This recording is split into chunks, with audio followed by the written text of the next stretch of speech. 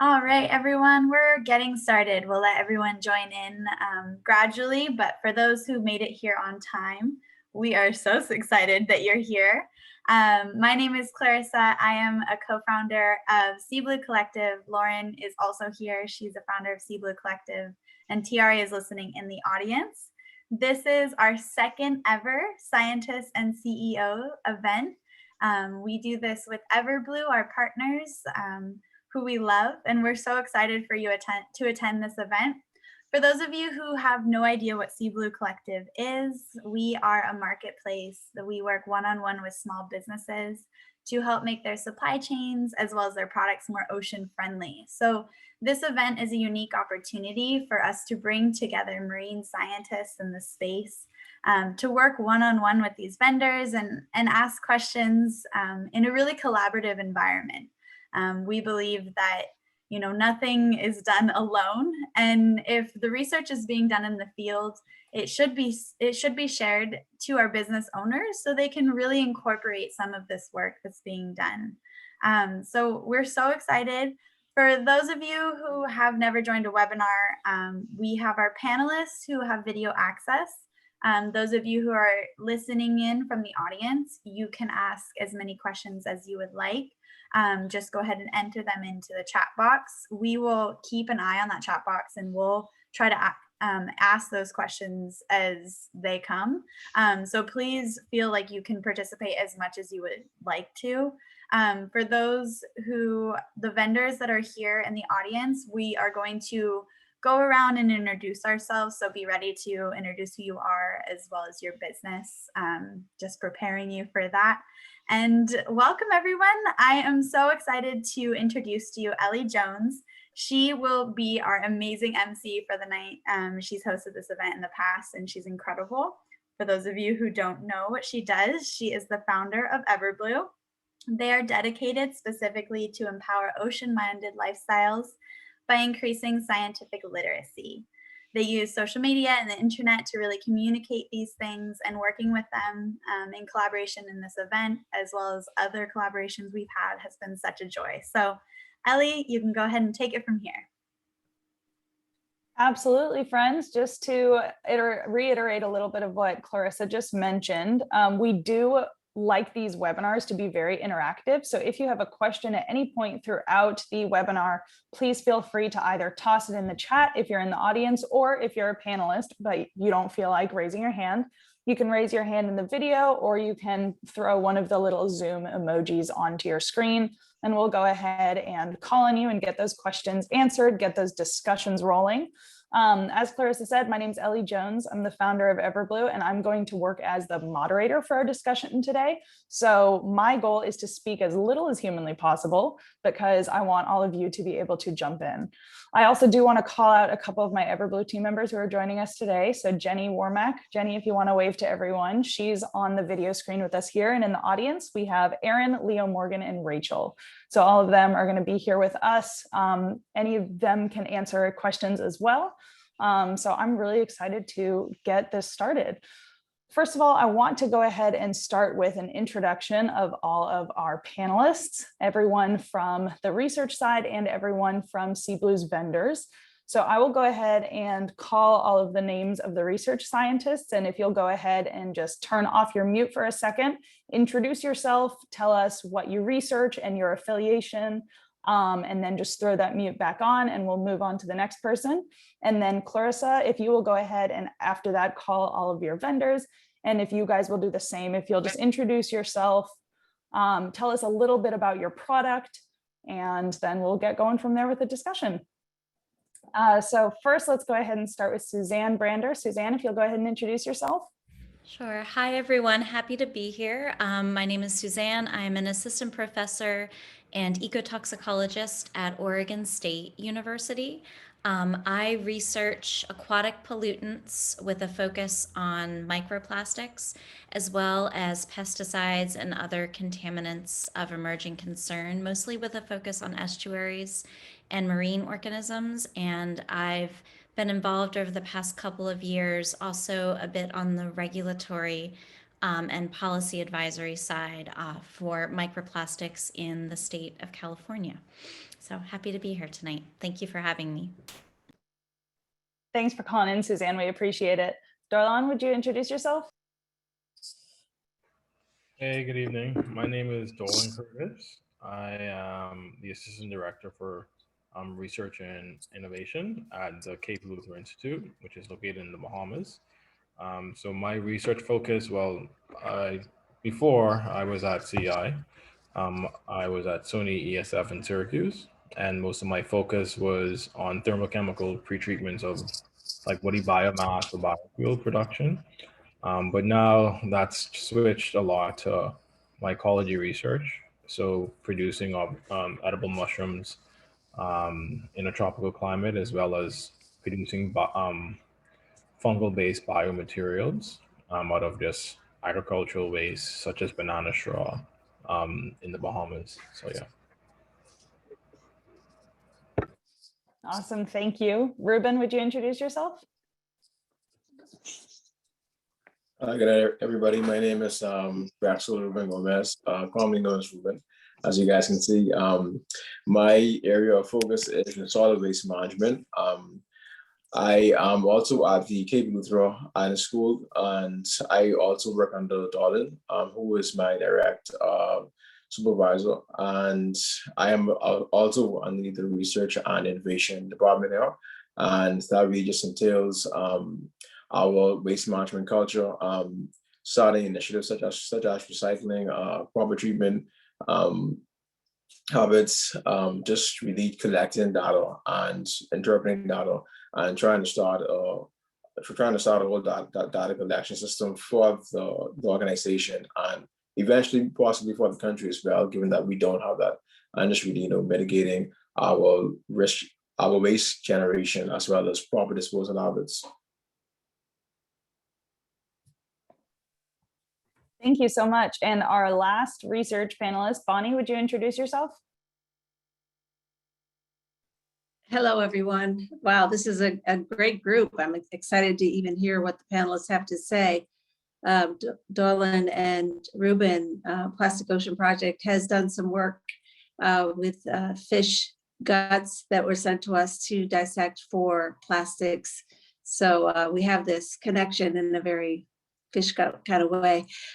My name is Bonnie Monteleone. I'm the Executive Director of Plastic Ocean Project. And we implement opportunities for people to partner with us to research various things from microplastics to solutions, maybe through plastics to fuel or hemp plastics. So we kind of take on a broad range of research projects, mostly working with students at UNC Wilmington, but we also work with students from other universities as well, including Cape Eleuthera and NC State, Duke University. And we give students the opportunity to learn how to run high-end instrumentation in order to learn about not just the plastics, but the chemicals associated with them, and also those impacts on marine life. Thank you all for introducing yourself. Clarissa, do you want to go ahead and call out the vendors?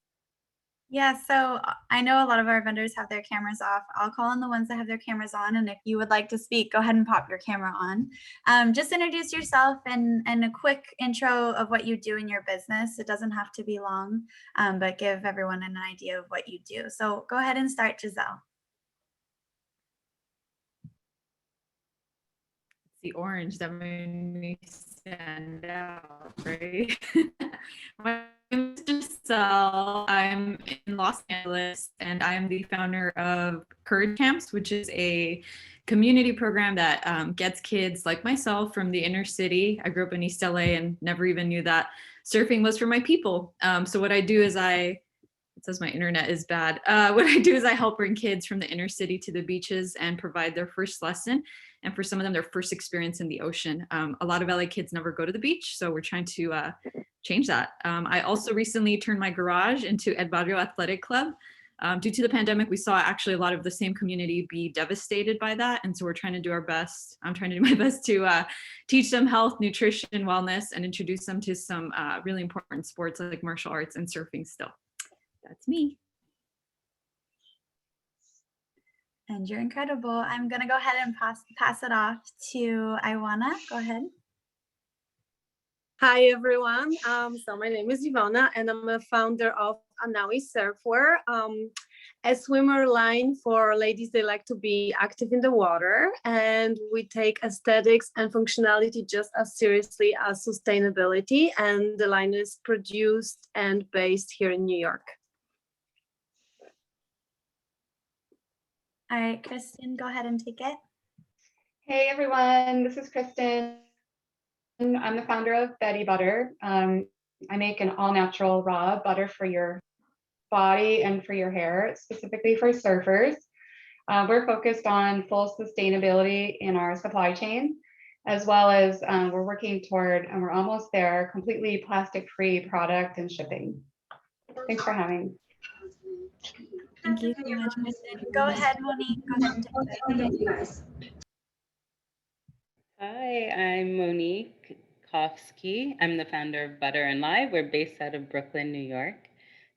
We are a soap company, and we're actually introducing new household goods, but we're just offering solutions that you can add to your house so that you could be more sustainable. Like, for instance, we have shampoo bars, we're working on conditioner bars, and we also have solid dish soap, which is actually coming back really soon because we were sold out for a while.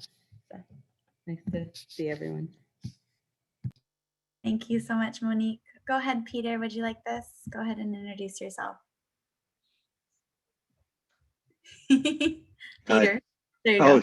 Oh, hi. Sorry. Yeah, I'm Peter Wallen. I'm a financial consultant for Solubag, which is a Chilean-based company that invented a plastic replacement product, which is environmentally safe. We're now entering, after 2 years in Chile, entering the US market and opened up our first office in Miami, Florida. And we're expanding. We've created a compound that is limestone based that replaces plastic completely and is indistinguishable. We've tried it. It dissolves in water. It's very impressive. Go ahead, Danielle. Hi, I'm the founder of Green Room. We provide low waste body care, shampoo bars, conditioner bars, soap, skincare products. We're located in Victoria, BC on Vancouver Island. We have a few cool initiatives that we've recently launched, like our Return a Tin program, so people can mail us back their tins so that we can refill them. We do some custom products for people. And yeah, we're definitely all about sustainability and like positive messaging. And so yeah, that's us. Thank you so much, Danielle. Go ahead, Joe. Hi guys. Sorry if I had a weird introduction. I think I had my music on or something, so I apologize if anyone heard that. But my name's Joe. I'm the co-founder of Debris Shoes. We make shoes from, our shoes are trash. We make shoes from car tires and ocean plastic, 5% plastic that's picked up from the ocean, and 95% PET plastic in Spain, all handmade in Spain. I'm based in California, but the co-founders, we're a company out of Sweden, but we've got branches in Australia and now in California and Sweden. Yeah. Thank you so much, Joe. Go ahead, Cass, take it away. Me? Anyways. Oh, sorry. Long day. I'm Cass. I'm the marketing director of Sea Hugger. We're actually a nonprofit that combats marine plastic pollution with a focus on microplastic pollution. And we are a nonprofit and we're very action oriented, but we also have a small shop to swap out single-use plastic items in your house, in your bathroom. And that's us.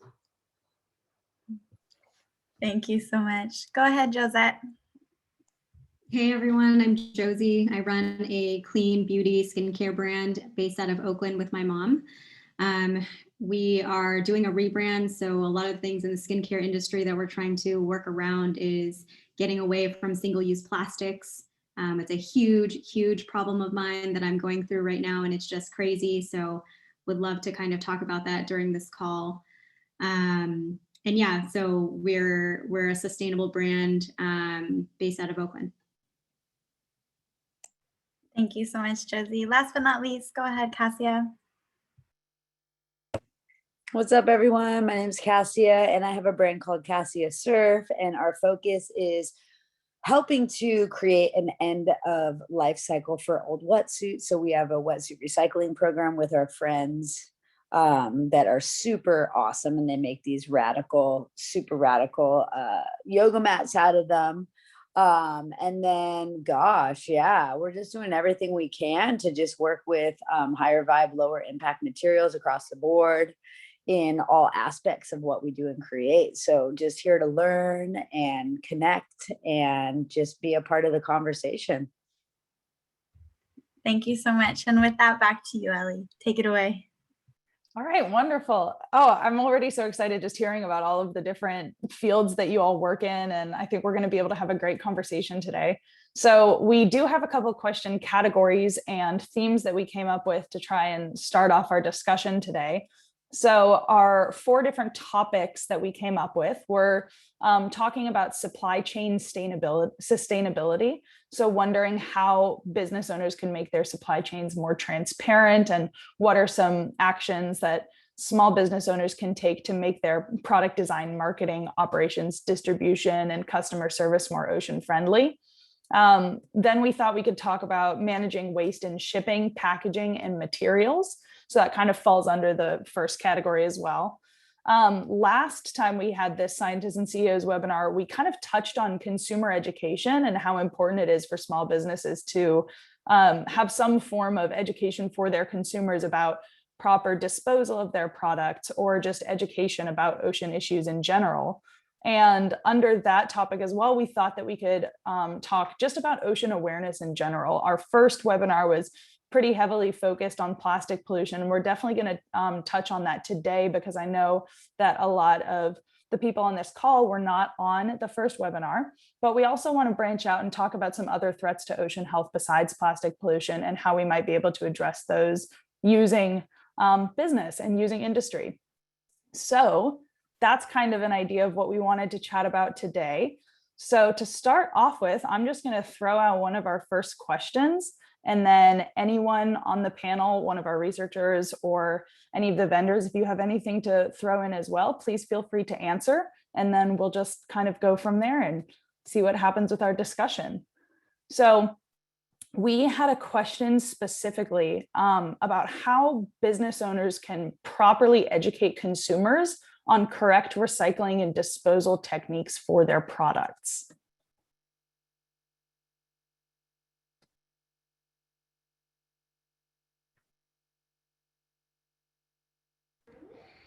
I mean, I can try to address this one a bit. It's not exactly my area of focus, but it's something I've thought a lot about recently, particularly with recycling getting to be a lot more difficult, and in many parts of the country for good reason, because we were shipping things away rather than properly recycling them. But I guess it's challenging because the rules are different depending on where you are. I mean, I recently participated in a home waste audit, and many of the other participants were from Canada. And it was amazing to hear about some of the things that they could recycle in Toronto that we couldn't, dream of recycling in Oregon. So I think you have to be really careful that your advice is specific to the municipality, because it can really vary quite a bit. And my other thought generally would just be to encourage reuse and some sort of product circularity rather than encouraging recycling, just because many things can't be effectively recycled. So do you think on that, or here we have a question in the chat. Is there a list that you recommend that business owners can refer to that's part of a registered body that's the most comprehensive list of ingredients that are not ocean friendly? Oh, I'm so sorry. I started reading one. I thought that was based off of the recycling question that we were going off of. That's a different question. No worries. But Suzanne, just to kind of pop off on the recycling question as well, do you think it's almost more useful for small businesses, just to educate people on how important it is to check in with your local community itself and learn the rules for your community. So it's less about telling people, hey, you can recycle this and this and this, but more about, hey, check in with where you live. Right, right. Check in with your waste management company, wherever it is you send your trash and recycling to, because it could be specific to that particular location. Some places have industrial composting, some places don't. It really can vary quite a bit. And I'd like to piggyback off of that. You know, just running a nonprofit that addresses plastics specifically in the ocean, there's a real awakening happening. And I don't know if many of you have seen Seaspiracy. I haven't seen it yet, but we are just getting bombarded with questions because this seems to be the tipping point. You know, we've all been talking about this problem of plastics in the ocean, but I think it's hitting a critical mass. And I feel like, you know, just listening to these businesses, like, you're on the right track. And I think, you know, people are now Googling, like, how do I replace my, you know, laundry detergent bottle, right? So they're Googling these questions. And so I would say, you know, especially with the businesses that are addressing some of these issues, that's upfront and personal on your homepage, you know, because people are getting hungry. I can tell you, I've seen a huge shift over the past 12 years. And maybe COVID had something to do with us having some time to really, you know, sit still and think and learn. And people were watching a lot of like documentaries. And so we're getting a much more informed audience. So now we have to provide them with those tools. So like Suzanne was saying that, you know, like, people need to know what their recycling facilities are taking. This is one of the things I always talk about. Unfortunately, people think, you know, I recycle and therefore I'm doing my part.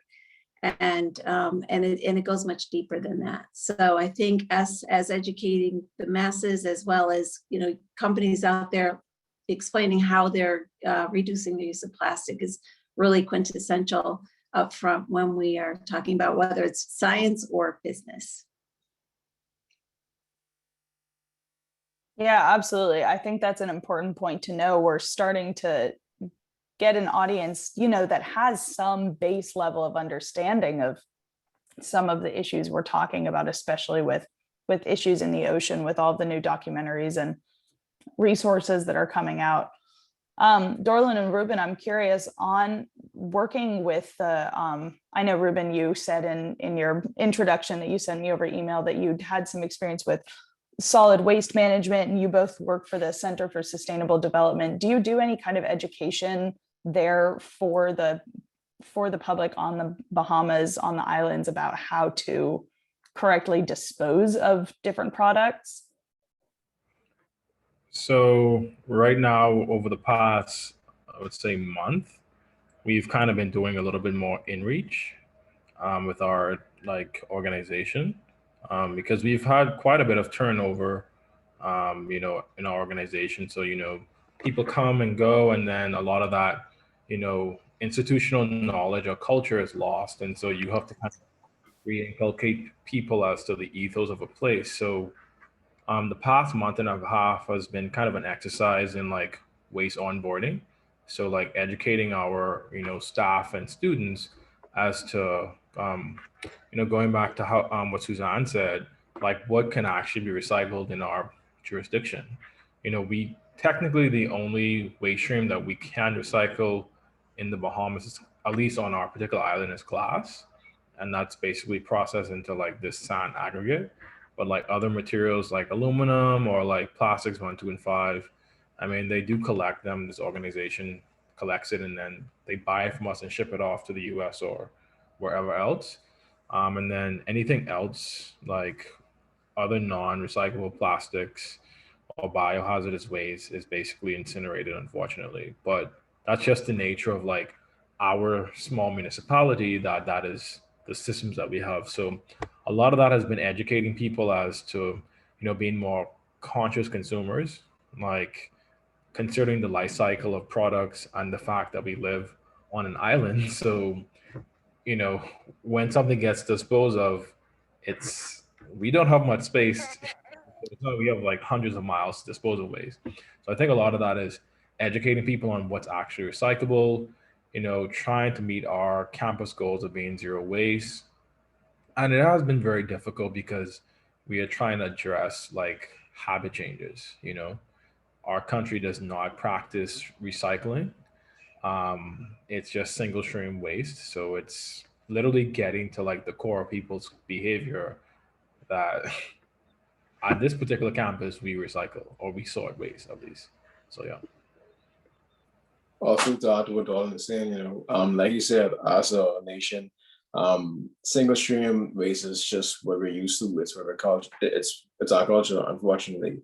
And like you said, it is the biggest obstacle that we face, because in order to have at least an effective or more so a proper solid waste management system, all stakeholders have to know their roles that they play and have to have the willpower to continue doing that and at least have the mindset to make a change. So there have been some small steps taken on a more like national scale, such as our main landfill areas, like under proper management now, where it actually acts as a proper landfill system. And it's also now an ecological park, or in the transition of being an ecological park. And I've seen them take some small steps to, encouraging citizens to really sort their waste, or for example, to bring such things as e-waste to where they're properly treated, etc. So some small steps taken, but so much, like I said, so much more to accomplish based on cultural habits. Yeah, absolutely. It's important to, touch on that fact of, we are trying to change people's habits, and essentially that's what we're doing. It's a behavioral change. But it almost makes me think that a lot of the vendors on here, I know that a lot of you do ship to multiple different places around the country and around the world. But it sounds like a lot of you also have a really solid local base of people who either use your programs or use your products. Like Giselle, I know you said you have a bunch of people who are using your home gym now. And obviously that's not a product that you could recycle, but there's a lot of education that you could do. You could talk to people when they come to your gym about, hey, these are some issues that we're facing here in California specifically. So maybe it's thinking about, yes, broadly educating your consumer base on checking and being able to research and look into the recycling and disposal products in your actual municipality, but maybe it's also, trying to figure out, hey, if I have any kind of a local base, where is it? Like, where's home base for my specific business, and how can I educate people about the waste disposal there?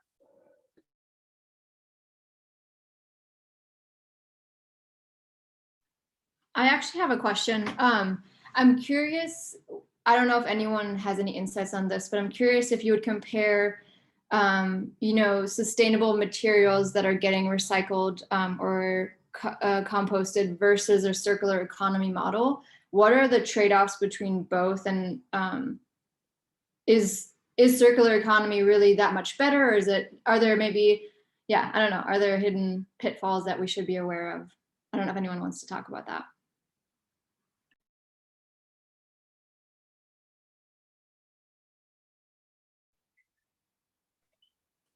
Can you ask the question one more time for me, please, Lauren? Yeah, of course.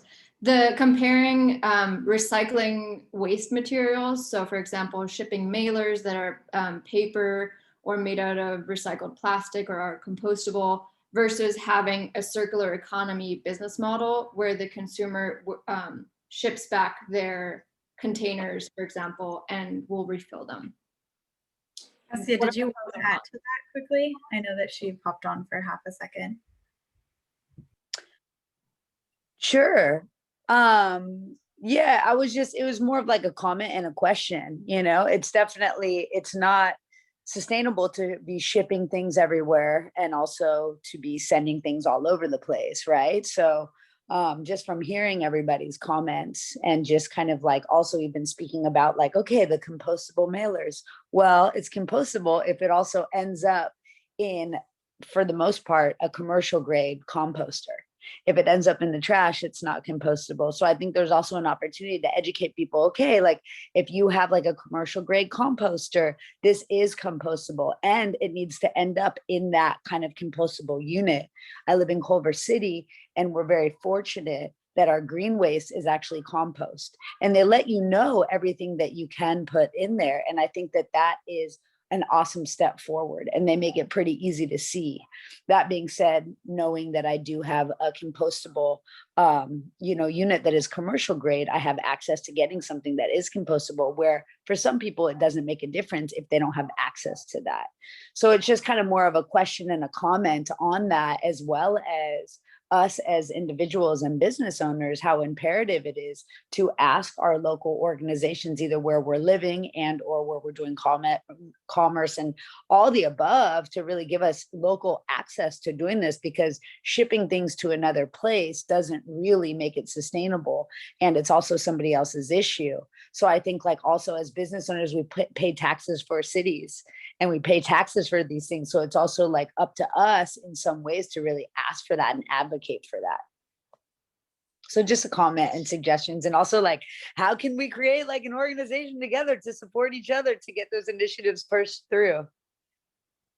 Yeah, we're very lucky. We also have a commercial compost. And so this small company, and talk about making a business out of garbage. We have a young man that started his own compost facility here. And then he's also selling the compostable, to-go-ware, right? So now companies go to him, buy that packaging, and then that packaging will end up in the compost, in a commercial compost. So it isn't a one-size-fits-all. That's where we're kind of at right now. So in some cases, the circular system works, and others, the compostable, and of course, any way we can mitigate using any material is really the best way to go. But I think that all these systems need to be put in place right now until we can tease out what works best. And just like you said, we really got to advocate. Every single municipality should have a commercial compost. Like, that has to be moving forward, because we generate so much food waste as well. So that saves the lifespan of the landfill, as well as putting those nutrients back in the soil.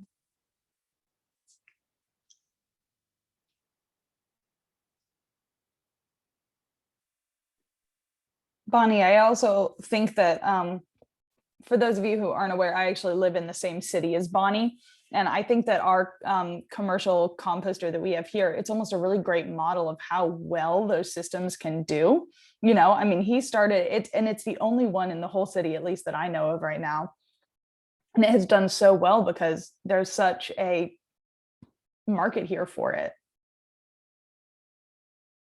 I was going to ask, that must be relatively new. So I also used to live in Wilmington before I moved to Oregon. Small world, we're all connected. But did that just start over the past couple of years? Yes. Well, I think it was already here when you were still here, but it wasn't really publicly known. And it really was because of Riley and his business that more and more people are aware of it. So we have so many more businesses now that are part of that system. And you get your own bucket outside your house, and then every week they come pick it up. It's a fantastic system. It's really worry-free. They clean out the buckets and then put a compostable bag in it. So, all of it's, a circular system. And this young man's making a living while solving a problem. It's pretty exciting. But the composter is quintessential. You couldn't do it without that. That's fantastic. Mm-hmm. Isn't that also the dream, making a living while solving a problem? Yeah. Yeah, if there were only a way to implement something like that on a nationwide scale, I think it would, that would be the dream solution, right?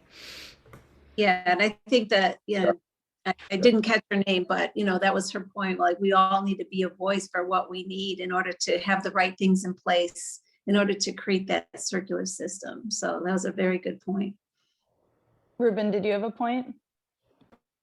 Honestly and truly, Bonnie, Suzanne, Cassie, I leave to you guys. Y'all take all the rest out of my mouth. So honestly and truly can't agree more.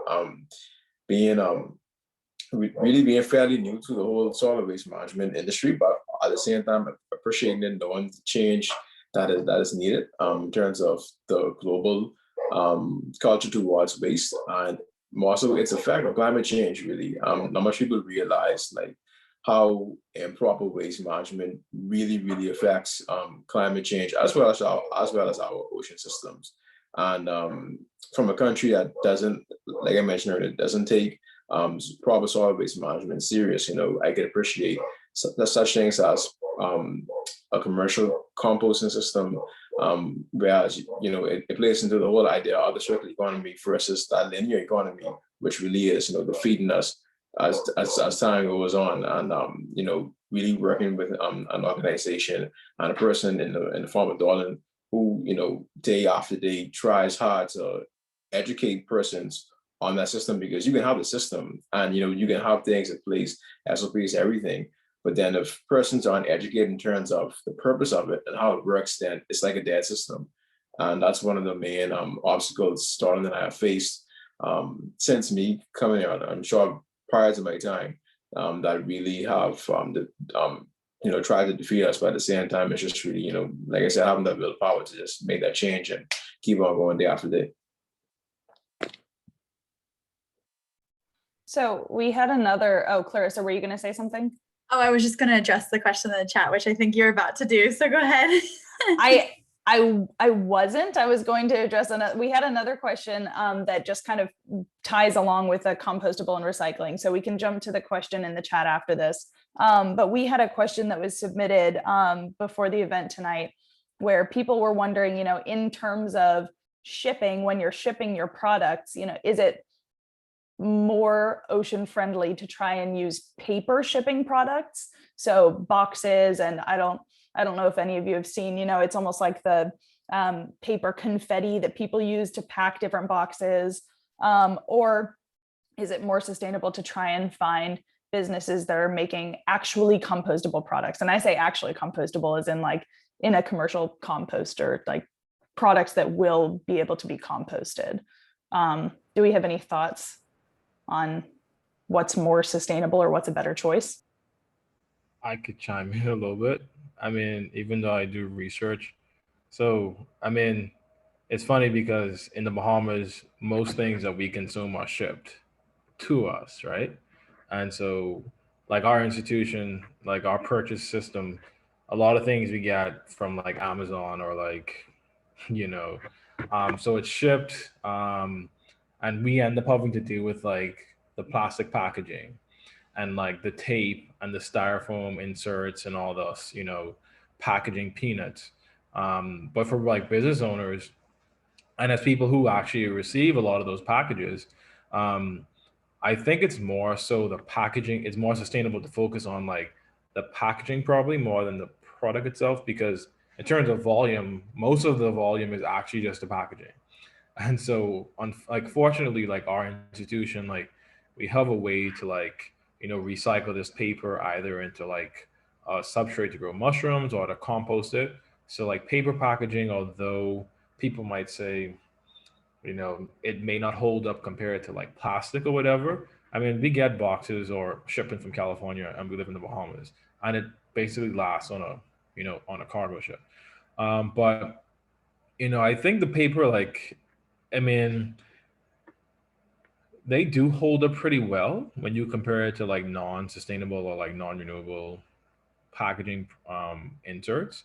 And so I think you have to consider like where these products end up, because if you're assuming that your packaging is compostable, that doesn't mean that the destination is being shipped to has a composting system or even like a way to handle that. So I think going with the more simple route of like, okay, at least I know paper, even if it's not actually sent to a commercial composting facility, will eventually biodegrade. So I think just considering the life cycle of where things could potentially end up, like I'm sure when people ship things to us in the Bahamas, they're thinking, oh, I'm assuming everything is just like the US. There's a recycling center or etc. But 9 times out of 10, that doesn't happen. So yeah.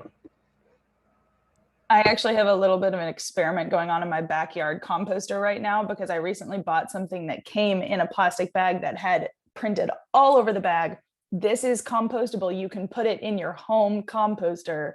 It will break down. And I was like, okay, great. Let's see what happens. So I threw it in and I've been monitoring it for a while and trying to fit. Nothing has happened yet. I haven't seen any breaking down or anything yet, but that's my own personal little experiment I have going on in the backyard is will the supposedly actually home compostable bag actually be composted? I could vouch. So actually on the I also run a small startup too, that focuses on composting. And so what we do mostly like, small commercial vermicomposting. And like, we also do these tests too, like these compostable coffee cups or like compostable dinner plates or so. Like it's crazy because when you put that in a worm bin, like a few months later, like it's still evident that it's there, but it's like there's also a lot of plastic in those materials.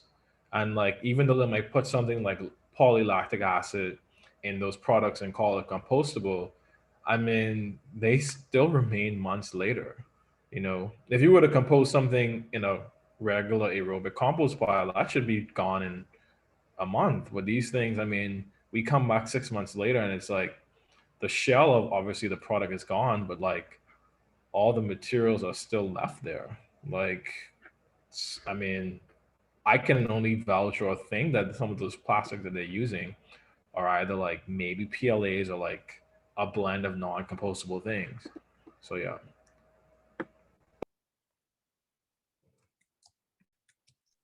Maybe I need to take the bag out before it ruins my compost for my garden then. Bonnie, you had your mute off. Do you have something to say? I did, but I think he just answered it because that was going to be my point, is that unfortunately, there's still plastic in a lot of these compostable things.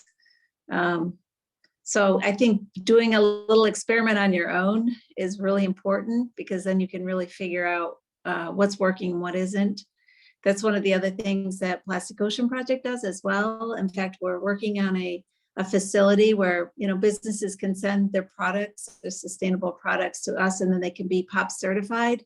So we analyze them and then we give a report. And our hope is to then have exit through the gift shop where we have a store where it's been POP certified and people can come and know that what they're buying is actually what it says it does. So that's the future.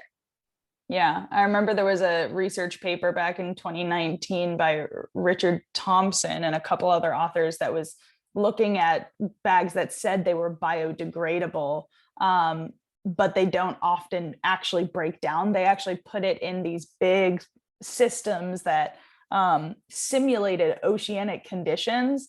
And it was months and even I think like a couple of years later, some of the bags were still there. Suzanne's nodding. You remember that paper? Everybody going, oh yeah. I remember that paper. And then I'm also being reminded of a talk from the 2020 Ocean Sciences meeting. This was like a month before COVID shut down and everything changed, but this was a meeting in February of 2020, and we chaired a session on microplastics research there. And one of the presenters was, I think she was from Italy, and she had designed this really cool experiment where she took sheets of different types of plastic. Some were bioplastic, like PLA, polyacetic acid, and then she had sort of the typical polypropylene, polyethylene, and she put these sheets, she was probably about 100 to 500 feet below the surface of the ocean. And I think she did her work at Scripps, but don't quote me on that. And she left them out there for almost a year and didn't see much of a significant difference between the bioplastics and the regular plastics as far as breakdown over that time. And they were all, breaking down slowly and of course shedding off fragments of microplastics, which are eventually going to break down to nanoplastics probably. And so it was a really good experiment, and I think she's published it since. I'll have to look up her name, but yeah, it really hit home the point that this is not a solution for the long term, and just creating some of the same issues. I don't So in know. that, oh, go ahead. No, I mean, I find it funny. I mean, not funny, but I don't know if that would be considered like even in the realm of like sustainable packaging or products, like we're still greenwashing things that are considered biodegradable. Like, I mean, I think that's disingenuous. I mean, on the side of like producers or companies that are selling these things as biodegradable or compostable, I mean, that's just greenwashing something that really, I mean, is intended to be a part of a green economy. I mean, yeah. So do you hold companies accountable for that if the research actually shows that this product that you've labeled as biodegradable or compostable is still present 27 years later or like 10 months later? So yeah. Yeah, and that's why we thought there's a real need for that type of work, to do this type of research to confirm that there isn't any greenwashing, because unfortunately we don't have anyone, especially in the US, looking out for us. Our EPA has so been underfunded. They just can't keep up with the demand of new chemicals on the market. There's really no one looking out for the consumer. And there's so much guesswork, even when they think they're buying a product that is green, and it's it's full of holes, if you will. So that's why I really see the future being more independent labs for this type of work, so that we can really make these businesses accountable, because who are they accountable to right now, right? You can greenwash and no one can call them out. So as we have more and more facilities that can do that, then the greenwashing will hopefully dissipate. Peter, I see you raised your hand. Did you have a question?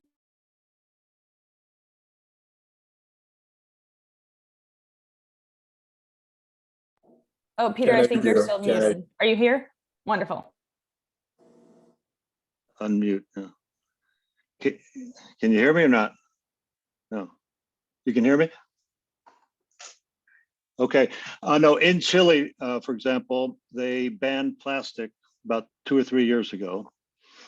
And our company is Solubag, which makes a plastic-like material that it's just made out of the same thing, like a Tylenol gel cap that dissolves in water. And the residue is carbon. It's completely harmless. It's drinkable. You can irrigate with it. And in Chile, the government right there noted that when they banned single-use plastic, everybody was selling biodegradable bags. But in Chile and in most of Latin America and many other places, if you don't have composting facilities, it's pointless.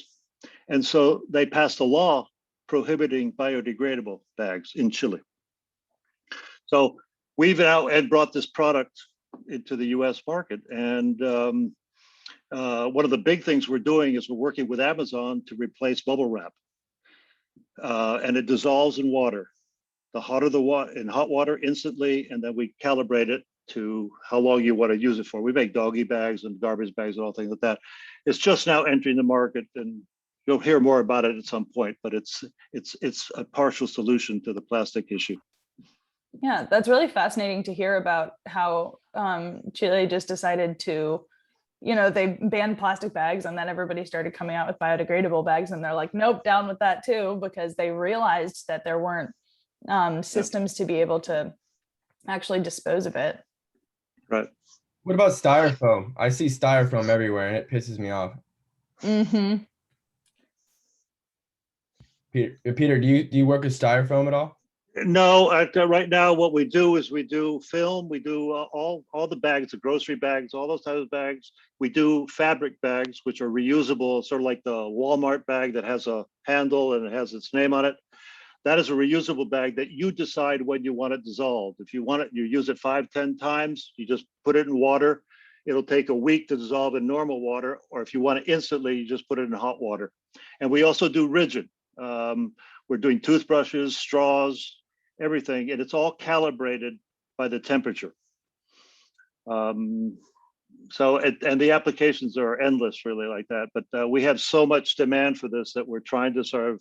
I'm involved in capital raising to make this thing come to fruition. And Canada has been calling us because they banned single-use plastic. So now the phone's ringing off the hook, and we're talking to the Canadians about replacing mostly the T-shirt bags. And if you look at plastic, and this is a product that replaces plastic, you cannot tell the difference to the plastic, but it's not plastic. And it can be. And the great thing about it is, as in Chile, the plastic manufacturers went bankrupt when they passed the law. So our company we just went to this, you just clean the machine, the existing machines, and you use our raw material and you run it through the same machines. So we can scale immediately. There's no special machinery that's needed for our product. We just, in Canada, what we're doing, we're working with some people who are looking at the future and saying, if you're banning plastic, what are we going to do with our business? And so this is part of the solution. Yeah, and it almost sounds like part of the solution as well, while we're waiting for different products such as yours to show up that people can use. It almost sounds like one of the best ways that people can make sure that they're making their products more ocean friendly, especially within, the disposal realm, is just education, and also making sure that you're saying what your products actually are. So, if your product is truly compostable in a commercial composter, then make sure that you're educating your consumers, like, hey, you can't just toss this in your garden and everything's happy, or if your product is recyclable but only in certain places, so it all comes down to at least it sounds like, as like a sustainable business owner, or as somebody who wants their consumers to know how to dispose of things, it comes from doing research on your end, and then educating your consumers, whether that's through, most small businesses have social media pages now, whether it's using education through that or printing it on your product. Yeah, what we learned in Chile, for example, is that changing people's habits is just hopeless. And so what we did is we just changed the materiality. You don't, for example, the doggy bags we do, the waste bags, they're flushable. So now you just take them and you flush them, or you throw them into the landfills. When it rains, it'll completely dissolve. So as long as you don't have to change people's habits, it's a lot easier to get people to comply. So we focus on that. You don't have to do anything. You just throw it in the landfill, and when it rains, it dissolves. Well, I'm glad to hear that different products like that are coming out. Yeah, Cassia, did you have something? Yeah, I just wanted to be clear that I understood that he's also with your company, Peter. You also, it's fantastic, and it's like super exciting hearing what you're involved in, and that it can integrate with the way that the supply chains and those machines are set up. That said, am I hearing you correctly that what you're offering is a solution towards, even to, like, in the kind of fashion industry, those poly bags that say t-shirts or things like that are coming in, the kind of sanitary bags? That's what you're talking about as well, correct? Yeah, actually the application is, and I almost tell you this, it's endless. And so we've been forced to create verticals. I've created a PPE vertical where I do a licensing agreement with specialists in the medical field who will only focus on all the plastic that is used in hospitals, whether it's head covers, shoe covers, robes, laundry bags, and they will focus on getting the certifications, and they'll focus on that only. I've negotiated a deal with the hospitality group that will only focus on the hotel industry to replace plastic in that industry. We're doing the same thing with the flower industry, where the manufacturer in Indianapolis produces all the parts that go into the flower industry, the little sticks that hold the flowers, the stems. There's so much plastic there, and we're working with them. The application is so, and in the fashion, we're dealing with the cosmetics. We have a specialist who does cosmetics, because the application is just everywhere. and we can't do it all. So we have to partner with specialists in each industry. If not, we're gonna, it'll just be a failure.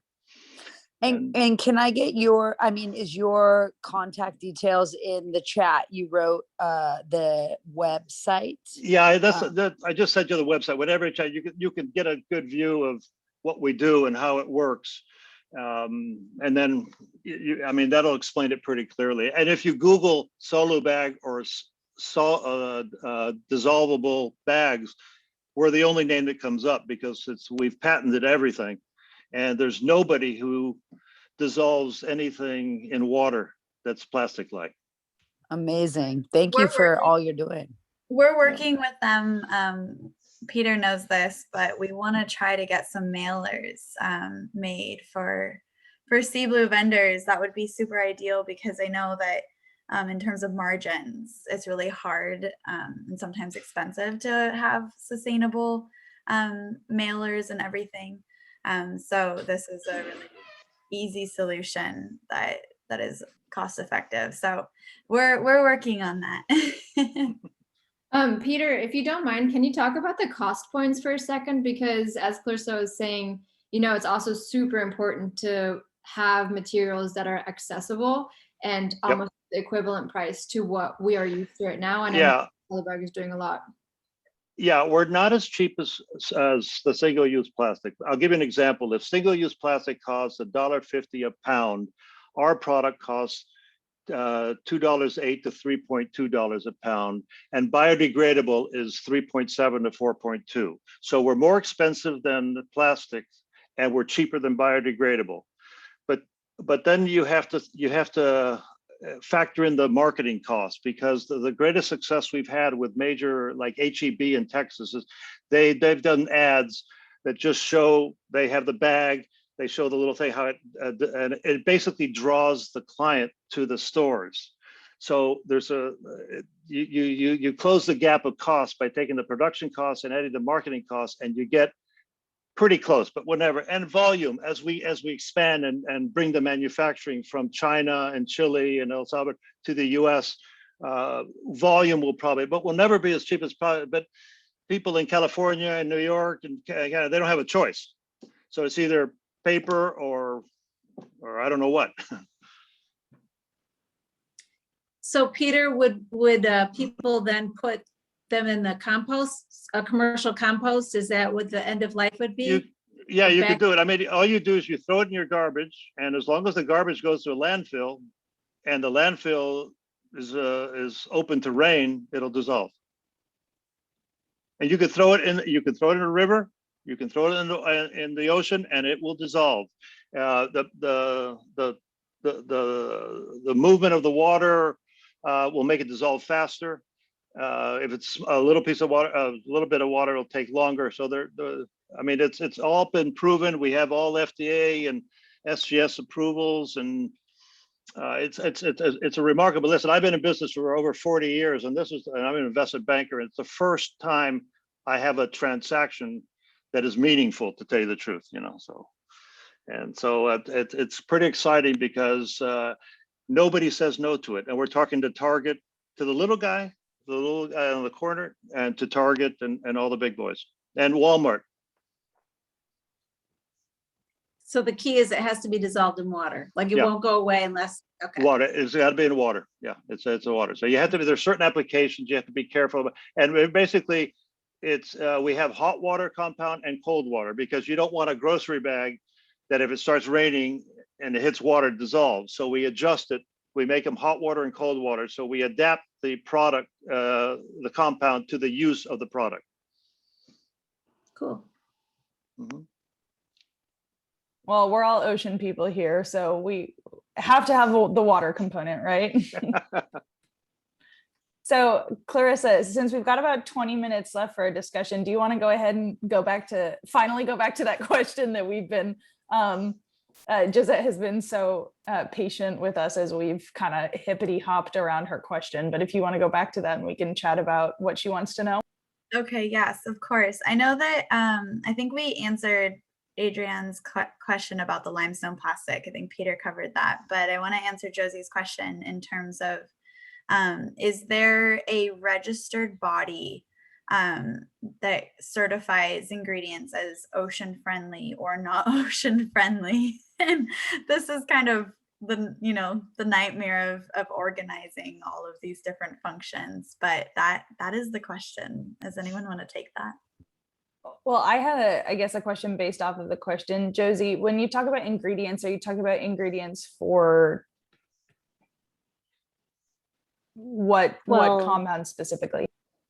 Yeah, well, I'm in the skincare industry, so would love to perfect. Yeah, obviously hear those. But I think yeah, I know. I think, I've seen a lot of just on random websites, but just wanting to see if there is kind of something that we should be following as kind of the rule of thumb. I can answer that, but from a slightly different angle. There is a group called the Environmental Working Group, and I may have mentioned this on the last panel, but they are a nonprofit organization that compiles research on different compounds that are, many of which are used in consumer products, in cosmetics, in house cleaning products, and everything under the sun, sunscreens. And you can go to their website and enter in a particular chemical compound, what have you, and it will give you a rating for that compound, and it will basically tell you whether it's green or red. I forget what the system is. They use either stars or triangles or something like that to rank each product and the different ingredients in it. And so it would tell you whether there are toxicity concerns, for example. If there are, what is it toxic to? What is the dose or the level of concern, level of exposure that you should be concerned about? It's just a really good sort of database to consult, and it's meant to be designed for consumers to use, but it's all backed by research as well. Suzanne, could you put a link to that in the chat? Absolutely. That would be awesome. Will do. Thank you so much for that. Yeah, they have a really great video called 10 Americans. And I strongly urge you to watch that because it's pretty shocking. Yeah. Awesome group, Suzanne. They're one of my favorites. I do support them. And that's the model we're kind of following as well, is, but actually do the research because we need more of them. So Environmental Working Group, the bomb. They also put out a really cool list. It's called the Dirty Dozen for fruits and vegetables. And so you know which fruits, if you're on a budget, you know which fruits and vegetables you should prioritize for buying organic versus those that, maybe are okay to buy conventional. But anyway. Oh, I haven't seen that list before, but I had a friend one time tell me about it because we were in the supermarket and I was going to buy grapes and she was like, nope, got to get those ones organic. Awesome. Thanks for sending us that link. Let's see. Okay, I'm going to go back to our topics and example questions and see what we haven't touched on yet.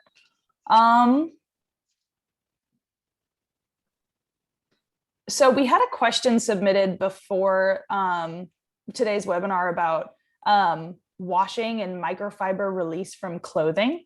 So we had a question submitted that says, how much of a difference does it really make washing your clothes in cold water or washing them with a type of product that collects microfibers like a Cora ball or like Guppy Friend, those little bags that you can put your clothes in? How much of a difference does that actually make for reducing microfiber release from clothing? I would have to look up the exact statistic because we were discussing this as part of an advisory team that is working with the Ocean Protection Council in the state of California to think about potential regulations that would reduce microfiber input. And things that they're considering are actually mandating that washing machines have filters added to them that filter down to 100 microns. I think as of this, if this goes through, that would be mandated for any new washing machine sold by the year 2024 or 2025. But it makes a considerable difference if it's a front-loading washing machine, if you wash with cold water, and if you use one of those filtration products. There's the Filtrol, there's a lint lover. The Coraball, I saw some comparisons between the Coraball and something like the Filtrol, which is an actual device that you install on your machine rather than something you just put in with your clothes. And there's a big difference between using something like a Coraball, which will take 20 or 30% of the fibers out, versus a Filtrol, which is more like 70 or 80%. And there's a publication on this too, but it seems like it does make a considerable difference. And people are also talking about requiring filters on dryers as well, and kind of the exhaust pipe from a dryer, and and I don't think as much is known about what the percentage reduction you would get from microfiber pollution for that, though. Yeah, and it's not just the plastics, right? The plastic fibers, cotton fibers too. We use a lot of horrible chemicals when we put dyes and other types of chemicals in clothes to make them last longer or be brighter. And so it's not just the plastic that's causing problems in the environment. It's actually the pollutants that we're putting in all the types of material. So that's going to be very helpful. That's awesome. I'm so excited to hear that. California usually starts these ideas and then they spread. Yep. Let's hope this one does too. Yep. Yeah, that's a great point about cotton, Bonnie. Lots of pesticides used.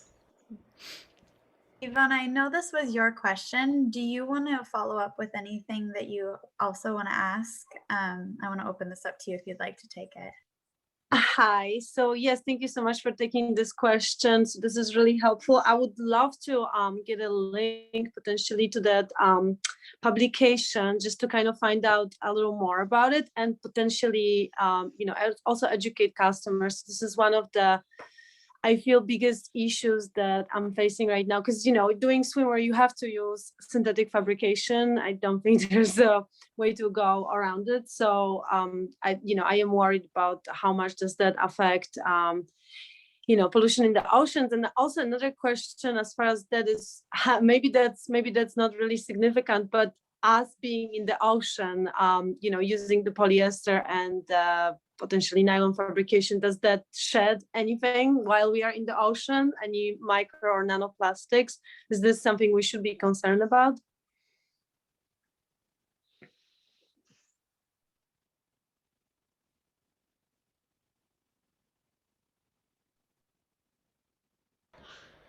Sorry, I missed that question because I was looking for a link to a publication about how much microfiber is removed by the Filtrol device, but yep. No worries. I was just wondering if, having being in the ocean and wearing a swimwear that's made out of, polyester or nylon, is that any concern? Like, do we shed, any micro or nanoplastics being in this, close in the ocean? Is this any concern, you think? Or... I mean, it's happening. The neoprene wetsuits, it's all shedding. Unfortunately, that's the material that's the best for being in the ocean is usually also the one that's causing the problem. So, yeah. And I don't know that the dissolvable, Solute bags are going to help us with that problem, but maybe that'll be the next one that we can come up with, Peter. Okay. I actually don't know, Bonnie, off the top of my head. I don't know of any papers that specifically look at how fibers shed from clothes, whether swimwear or wetsuits or just clothes that you're wearing on your body. I don't know of any papers that look at how much clothes shed while you're just wearing them, because there's tons of papers out there on what happens with the microfibers and how those synthetic fibers shed when they're in the laundry machine. We actually had a scientist who does that specific research for her graduate program on our last call, on our last webinar. But I don't know of any papers off the top of my head that talk about how many fibers shed when you're just wearing them. I know there's one about the neoprene coming apart and flaking off. So that's one. And then when you think about a bathing suit, when you wear it over time, like how it wears out. I mean, I know that mine loses its elasticity. So where's that elasticity going, right? It's losing something somewhere. So that's why I'm pretty sure you can find something on that.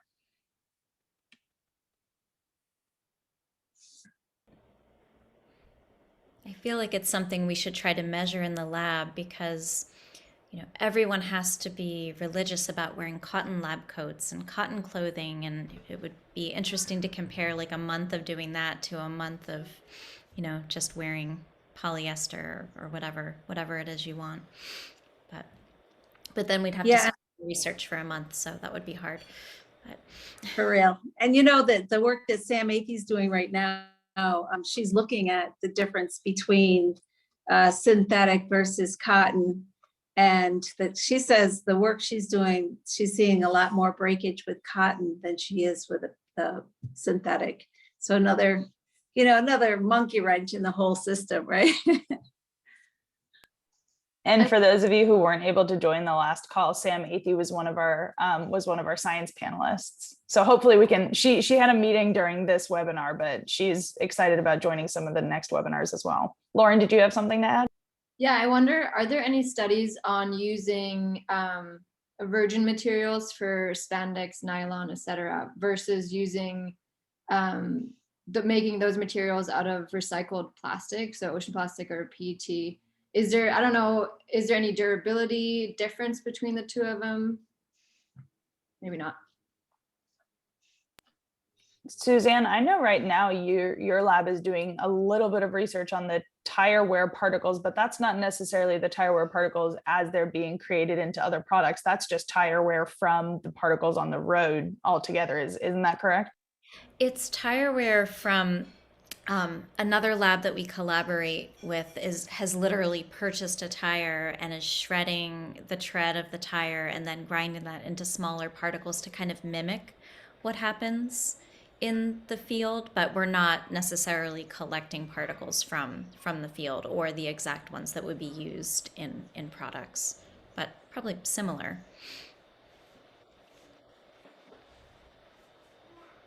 Lauren, to answer your question, I'm not, or at least to bounce off the question, maybe not exactly answer it.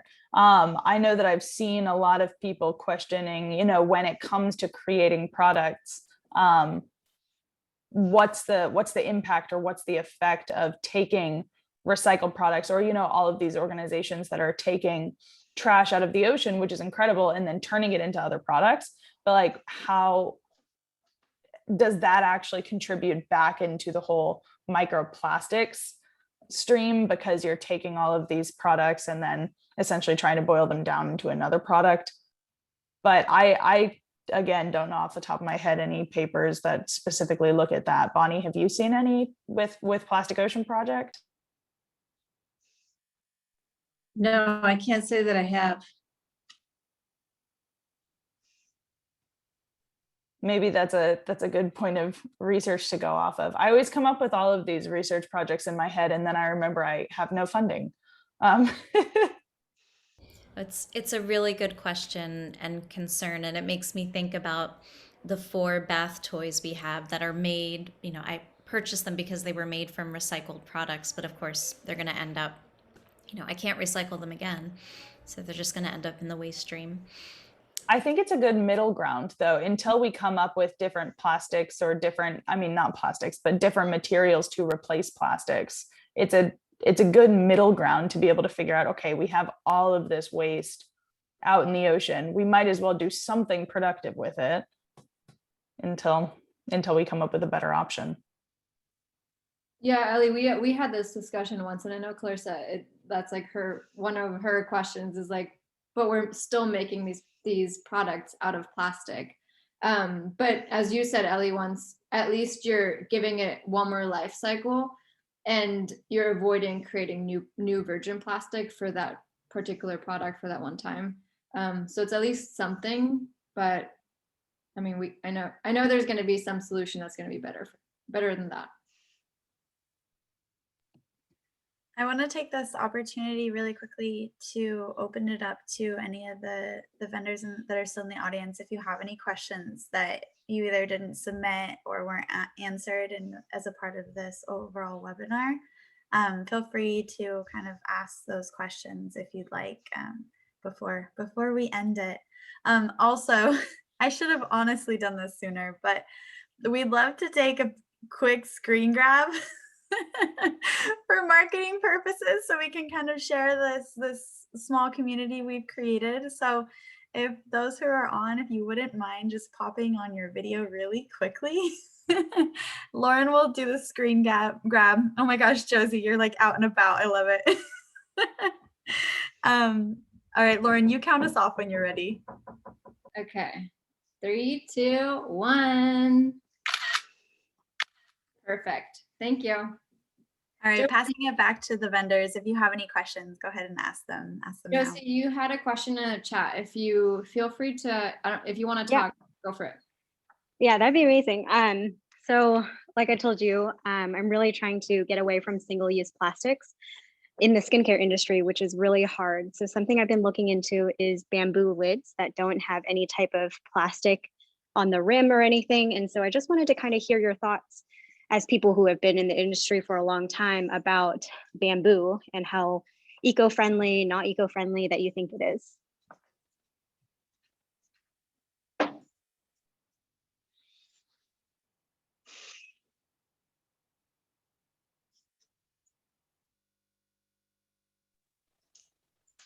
Did you hear me? Or I think everyone's gathering thoughts. Bonnie, did you have something to say on this? On the bamboo, I mean, one of the things, I'm a huge fan of bamboo. It grows quickly. It doesn't require a lot of water. Some of the pushback is it is an invasive species, so you got to be real careful where you grow it or how you grow it. But that's the only pushback that I've really heard. It doesn't require really decent soil. It grows pretty well. So that and hemp, of course, is my other huge fan. One of the things I like to say that, hemp and bamboo can do that petroleum can't. And that is it can take up CO2 while you're growing it, right? So it actually helps solve some of the carbon issues as well. So there's a whole lot more pluses to bamboo than there are negatives. Thank you for that. Yep. And kind of on the topic of just a waste stream in general, Dorlin or Ruben, do you know anything about how bamboo is disposed of when you're done with it? So like if you have a bamboo toothbrush, for example, obviously you can't use one toothbrush for the rest of your life. That would defeat the purpose of cleaning your teeth. But what I don't know anything about how bamboo can actually be disposed.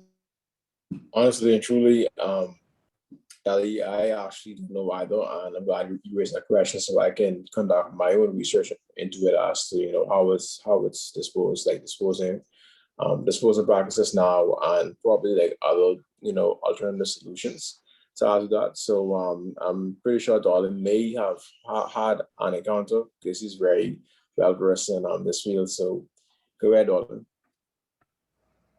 Surprisingly, I mean, at least at the school, we haven't really seen much bamboo like toothbrushes. I mean, I don't know if that's a good or bad thing. If it's good that people are actually maybe using them, or if it's a bad thing that they're not using them, But we haven't really seen much bamboo, but I would assume, I mean, the bamboo, obviously, if it's not treated or so, it'll still last. It'll still be able to compost, but the bristles, I mean, I'm assuming different companies might have, different patents or they use different, kinds of bristles.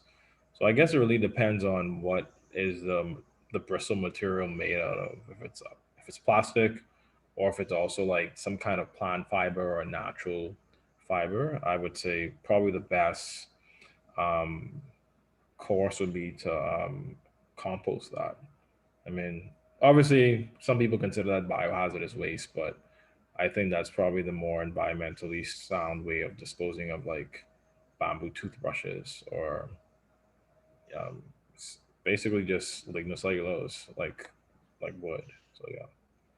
I actually just wanted to mention that the biohazardous aspect of the toothbrush. Hopefully it can be composted like Donna mentioned. It's just that, detaching that top piece because you don't want to have any cross contamination, adding that top piece of toothbrush to a compost pile because that's like, fluid, definitely don't want to definitely don't want to put that in your soil. So I guess the ideal bamboo based toothbrush would definitely have a feature where you can detach the top and have that treated in some form of way where it doesn't, like I said, cross contaminate with your compost pile or your soil in the more, long term. So Josette, it almost sounds like, to answer your question about the caps for your products, the bamboo caps, that sounds like something that could potentially be a really good option sustainability wise, as long as it doesn't have any type of film or anything on the inside or any other part that can't be easily taken off. Right. Yeah, And then, oh, sorry, go for it. oh, sorry. And then we were saying that it might be compostable, but we're not exactly sure, right? We'll look it up.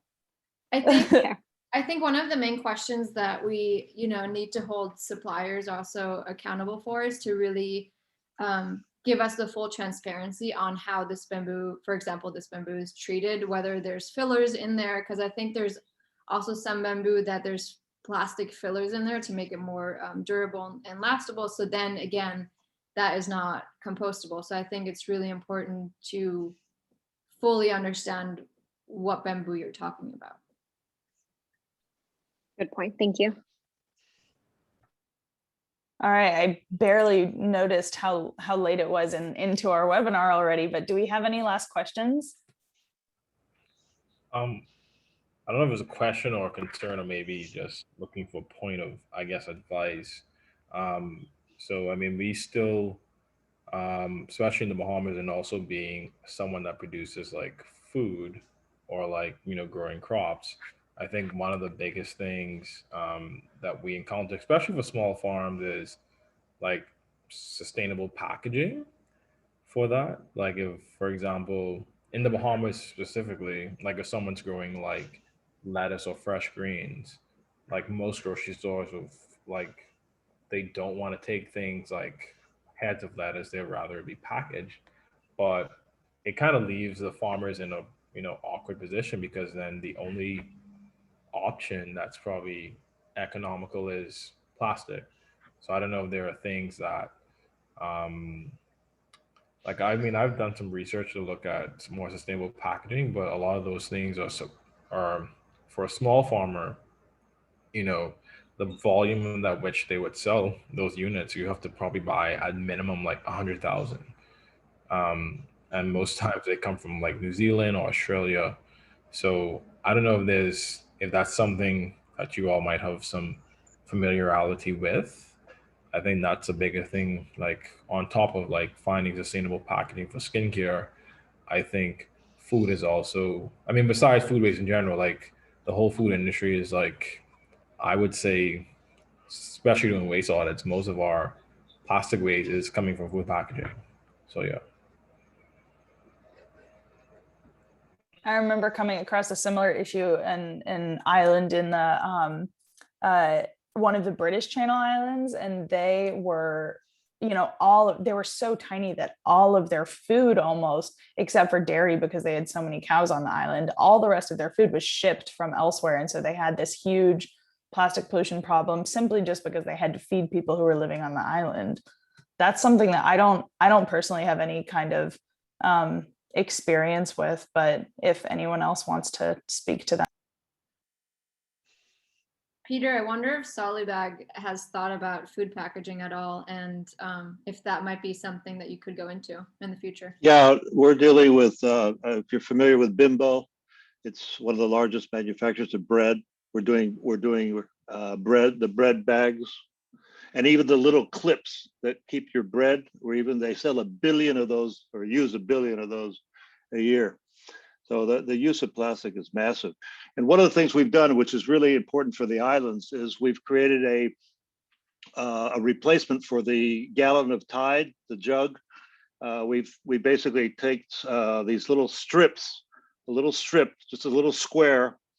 We adhere solo bag to the detergent to it, and you just take a little strip, and each strip is like a scoop of Tide. And so we've taken the water out of the shipment and certainly the shelf space. So it just, and it's a fraction of the cost. So these are the things we're developing and producing, and coming up with new things. Our research team does that, comes up with all types of ideas because everybody wants to do something. And in the packaging we're in Chile, we're replacing plastic for the salmon industry in Chile. And all that requires special certifications and approvals and stuff like that. But it all can be done. It just takes longer.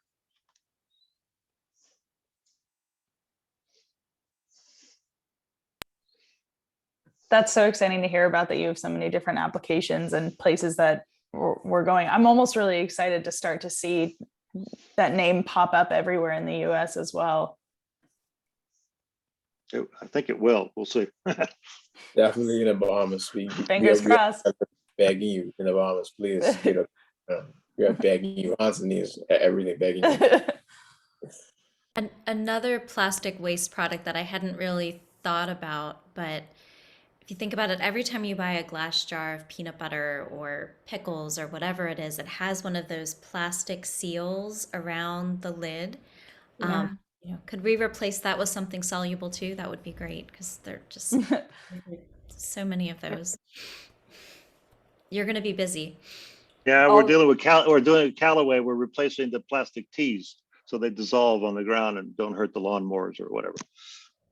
Good. I mean, there's tons of things we're doing. It's just it's very hard to focus, and we have to keep the business alive. So we're focusing, and Clarissa knows this. We're focusing on about 5 different products which we currently make and have sold to Walmart in Chile and Google in Chile. It's all proven stuff. We're just bringing it to the U.S. But we have to walk before we run, and you got to be careful. You don't get ahead of yourself, because everybody wants the product, and it's a good problem to have, but it is something you have to manage properly. We believe in you, Peter. You got this. Bonnie, did you have a last comment? I saw you brought your. Yeah, I really do. And I just want to say, in reference to the movie Graduate, where the line was, "Plastic is the future." Solo bag. I think soluble bag. Yeah, I've taken the clip, and I've replaced what he says plastic. I put solo bag.